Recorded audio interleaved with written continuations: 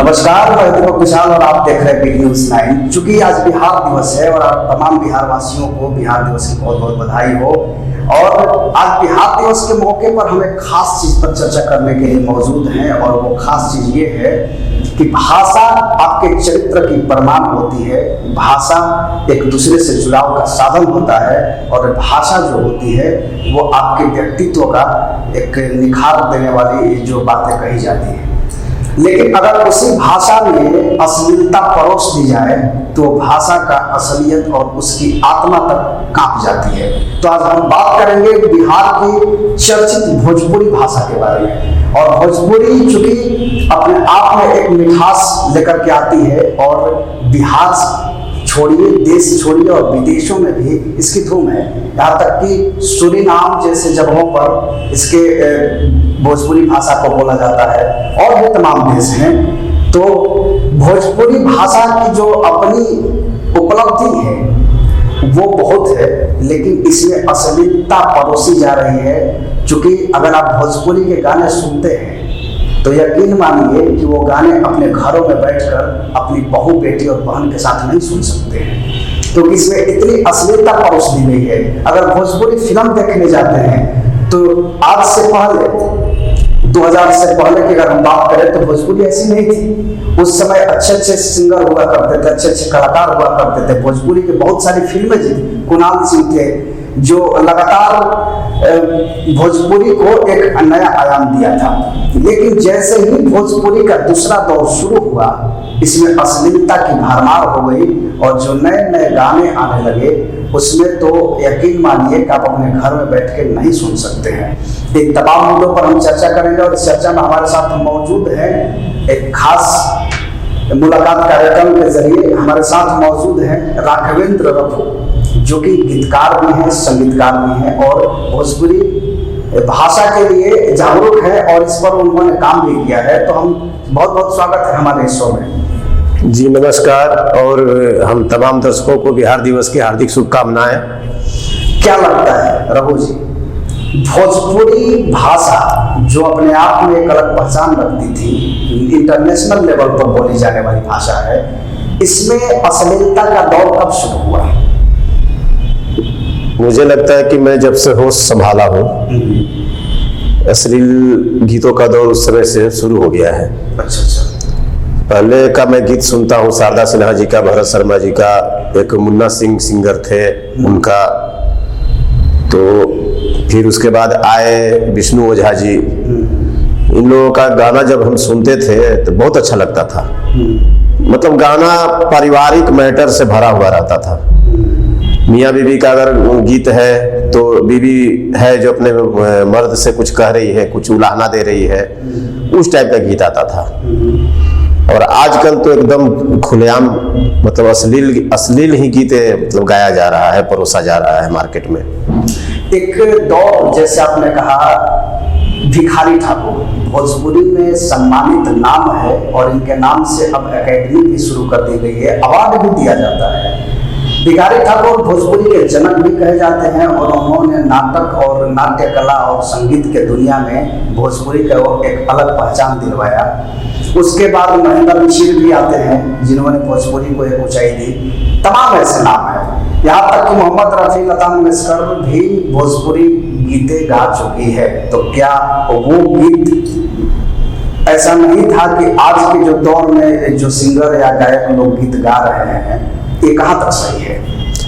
नहीं, सही तो नहीं है। आजकल हमको लगता है कि आजकल के सिंगरों को भोजपुरी की मिठास वाली गीत मिल ही नहीं रहा है और सिंगर लोग प्रयास भी नहीं कर रहे हैं, अच्छे गीतकार को ढूंढ नहीं रहे हैं। बस वो नाम पे जा रहे हैं कि अच्छा ये गीतकार, इसका व्यूज गया है लाखों में, मिलियन में इसके गीत का व्यू गया है, चलो ये अच्छा गीतकार है। अच्छा गीतकार का पैमाना ये नहीं है। हाँ, अच्छा, भोजपुरी में जैसे आपने गीतकार की बात करी, चूंकि आप एक लेखक हैं, गीतकार हैं, कुछ शब्द अगर छोड़ दिया जाए तो भोजपुरी का आज का जो दौर है, आज का गीत है वो नहीं बनेगा। इसमें क्या लगता है कि शब्दों की कमी हो गई है, या भोजपुरी बोलने वालों की कमी हो गई है, या फिर भोजपुरी व्याकरण की उनके पास कमी हो गई है? क्या कमी हो गई? मुझे लगता है कि भोजपुरी व्याकरण की कमी है। जो आजकल के गीतकार हैं भोजपुरी भाषा जानते नहीं है वो पूरी तरह से। बस चोली, लहंगा, जोबन, यही उन 4-5 शब्द उनके पास है, और दर्द, मर्द, और इन्हीं पे वो गीत बनाते हैं। बस उनके पास शब्दकोश नहीं है, भोजपुरी का ज्ञान नहीं है उनके पास।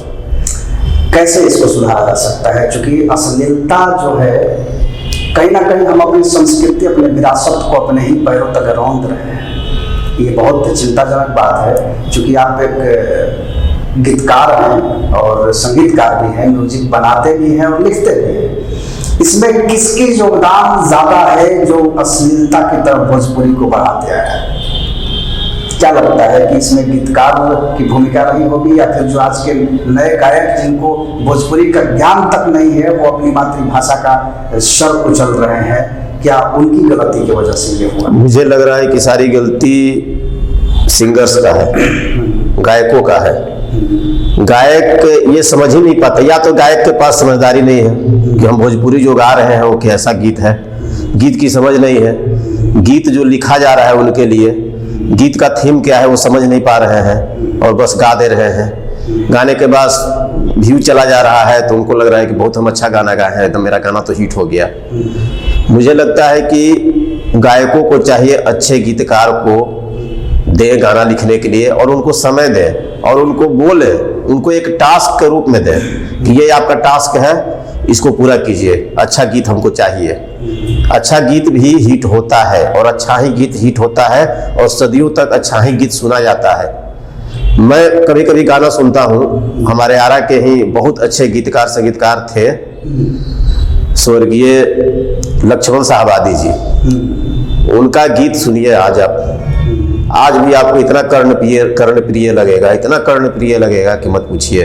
उनका गाना कौन सिंगर नहीं गाया है? मोहम्मद रफ़ी, लता मंगेशकर, मन्ना डे, आशा भोसले, अलका याग्निक, उदित नारायण, कौन नहीं गा चुका है उनका गाना?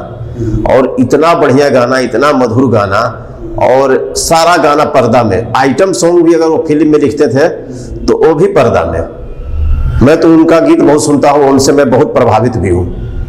आज के दौर के गीतकारों में मैं सबसे अच्छा गीतकार उन्हीं को मानता हूँ। देखिए, भोजपुरी की जो अपनी परंपरा है, हमारा अपना जो गीत है वो कुछ खास गीत है, जैसे पूर्वी है, पूर्वी गा सकते हैं। इसके अलावा हमारे यहाँ भाग, चैती, चैता, भाग में भी ठाक वाले भाग है, उसमें भी बहुत सारे गीत हैं। चूंकि देशी जो हमारा अपना जमीनी स्तर का जो संगीत हुआ करता था वो धीरे धीरे विलुप्त हो गया है।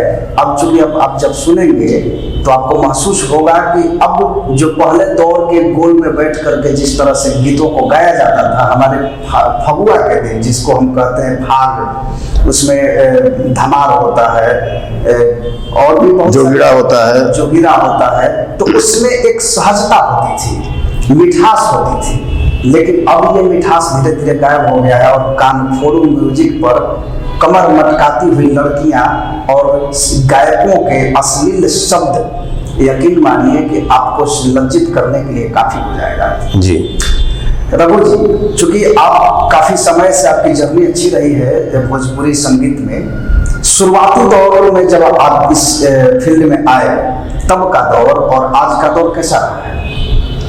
आज का दौर ऐसा है कि ज़्यादातर सिंगर गीतकार भी बन चुका है, और वही लोग अश्लील गीत को परोस रहा है मार्केट में, और वही लोग बढ़ावा दे रहा है।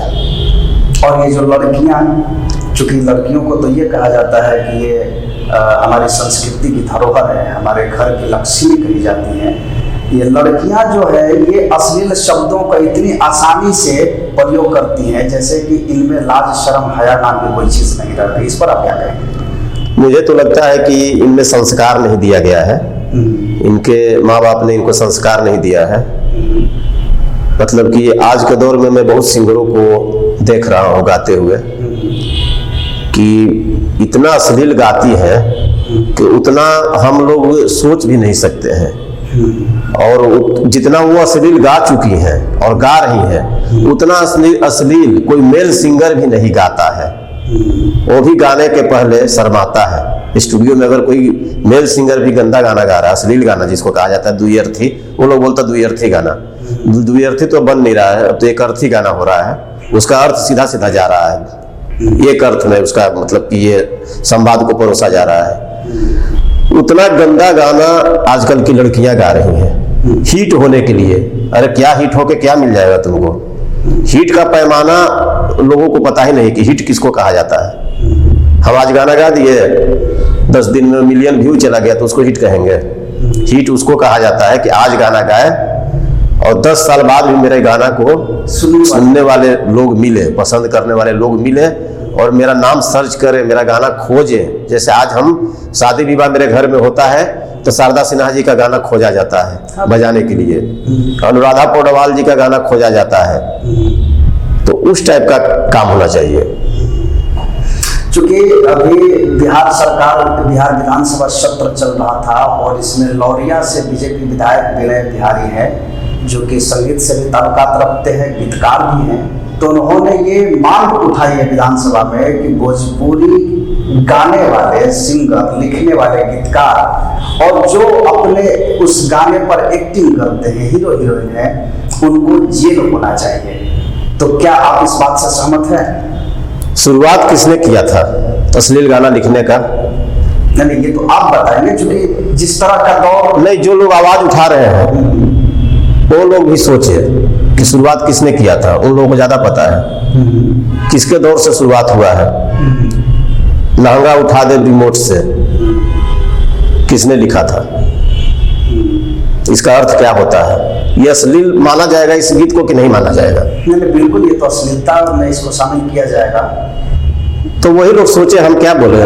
वो लोग तो भाई अनुभवी हैं, मेरे आदरणीय हैं।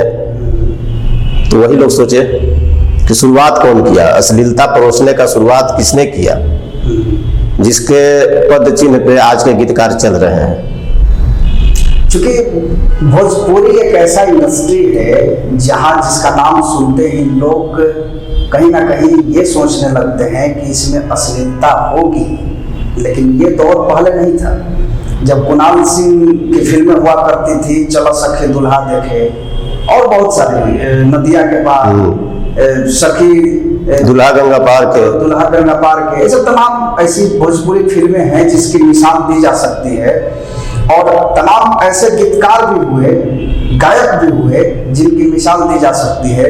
लेकिन क्या इन चंद शब्दों को जोड़ करके आप अपने आप को या फिर भोजपुरी भाषा को कितना गौरवान्वित करते हैं, ये अपने आत्मा में झांक करके बोलिएगा। मैं उन तमाम सिंगरों से कह रहा हूं जो भोजपुरी को, अपने ही मातृभाषा को अपनी बहन बेटियों के सामने सुनने के तैयार नहीं हो सकते, जिन्होंने ये गीत गाया, लेकिन फिर भी ये गा रहे हैं। और इस गीत के वजह से चलन ऐसा हो गया है कि रोड पर चढ़ती हुई लड़कियों को छेड़ने के लिए सिर्फ भोजपुरी गीत बन गया है। क्या आप इस बात से सहमत है रमेश? सहमत है, हम आपकी बातों से सहमत हैं। तो क्या लगता है इसकी बदलाव कैसे होनी चाहिए और क्या इसका उपाय होगा? क्योंकि नीतीश सरकार ने भी, पटना जिला प्रशासन ने भी ये आदेश जारी कर दिया है कि अगर ऑटो या टेम्पो में भोजपुरी अश्लील गाना बजाया तो जेल हो जाएगी। इधर विधानसभा में भी मांग उठ रही है, कैसे बदला जाए?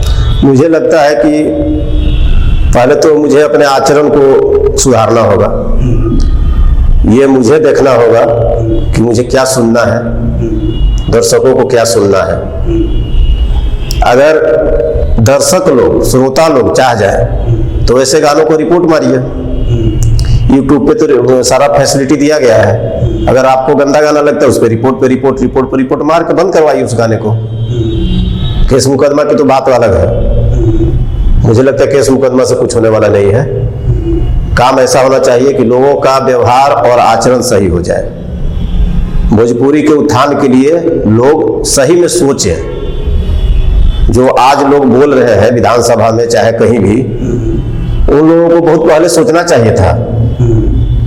आज अपने जगह पे पहुंच गए, जैसे तैसे काम करके भोजपुरी इंडस्ट्री में नाम पैसा कमा लिए, तो आज वही साधु बन गए। मुझे तो यही लगता है।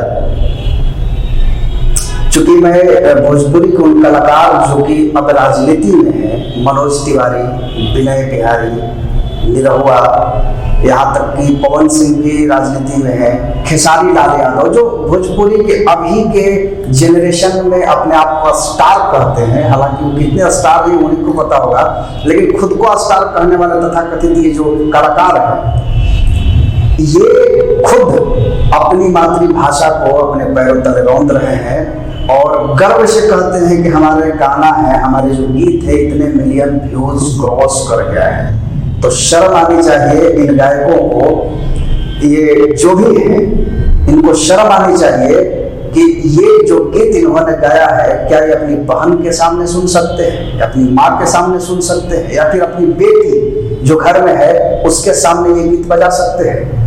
और अगर नहीं तो फिर समाज में गंदगी फैलाने का भी हक आपको नहीं है। और इन तमाम जो भी गायक है, अगर आपने अब तक भी नहीं चेता है, आम पब्लिक भी, कि जिस तरह से रघु जी ने अपनी बातें कही कि इसको रिपोर्ट मारा जाना चाहिए, तो अगर आप सख्ती से पेश आएंगे तो कहीं ना कहीं शुरुआत इसकी हो जाएगी। तो अभी और चर्चा में बनेंगे, लेकिन एक बात और रघु जी, इसमें जैसे आपने कहा कि रिपोर्ट मारा जाना चाहिए, क्या लगता है कि सिर्फ ये सादा नहीं, चूंकि आपने एक बात और कही कि लोग अगर गीत सुनना बंद कर देंगे तो वो बनाना बंद कर देंगे। समस्या ये नहीं है, समस्या ये है कि पहले जो मैन्युफैक्चरर, अगर आप कोलगेट बनाना छोड़ दे तो फिर आप कैसे यूज करेंगे?